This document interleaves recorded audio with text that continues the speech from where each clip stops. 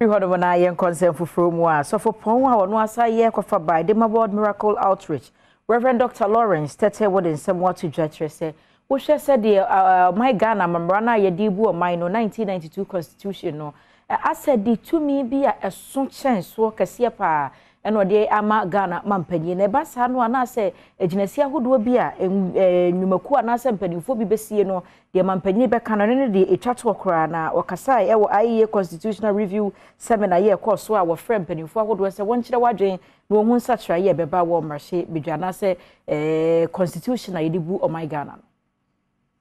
Odinsami to Jawabra Institute of Economic Affairs IE Fre wonuma wada asoma hodo wo memu anu so o mehia na won fo adwenkyere emra wo biaya e wo menya mamra mu a obepese ensan ebebem na afi aboa na etumi agina bran eno ase eno wo kire se tumi amamra ho sisi edi mampani ne yade a esun yie pa ya anhwe ya na etumi akofo how edi aba wo kire se enhye ya ewo ho se amamu nkrabata ahodo betumi ahwe won ho dwumadie so na biaya obi mo ne ho moden no ne nyonko betumi atwe na adwenasi so no ade a betumi afiri ho esa mampani ni tumi dodo nti enu nti omodin a so baya mamre no munsa kira se ne beya obeyi mampani tumi no bi ede ama nkrabata aka no se de beya wo munso betumi agina brani o ndwumadie mu. The excessive powers of the president is a main point of contention in the 1992 Constitution.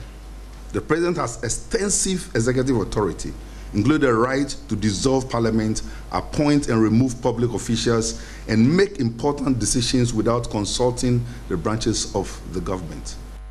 Enwachi na kasamafo de ma Ghana man nyina nkramofo pani National Chief Imam Sheikh Arumi Yaw enso di tudwase odi hu yaw pa se aginetuku awatie so wontu mampani for friend Council of State no wontumi enuru dwamu sa Africa wontu mampani for kura opa no opa onfanya dwuma nu nti obesere se womu so tumi a odidi dwuma no wonhye mukena abra wo yensa kira yaw amamra nim se ne be ya womu so betumi ahya mampani se futo odi amano no ese se ofa na omanfo etumi enya ehonfaso. We have really associated this character, this nobility and the sacredness of it, and that's the Council of State.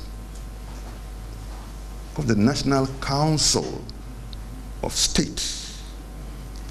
89(1) provides for the Council of State to counsel the President on the performance of his or her functions. And here the word here, to counsel.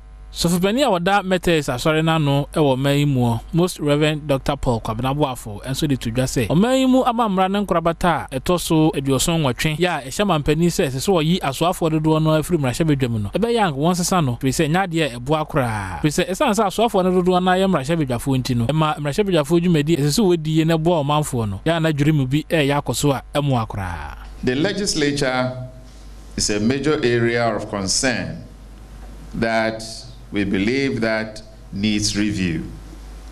The legislature is independent of the executive.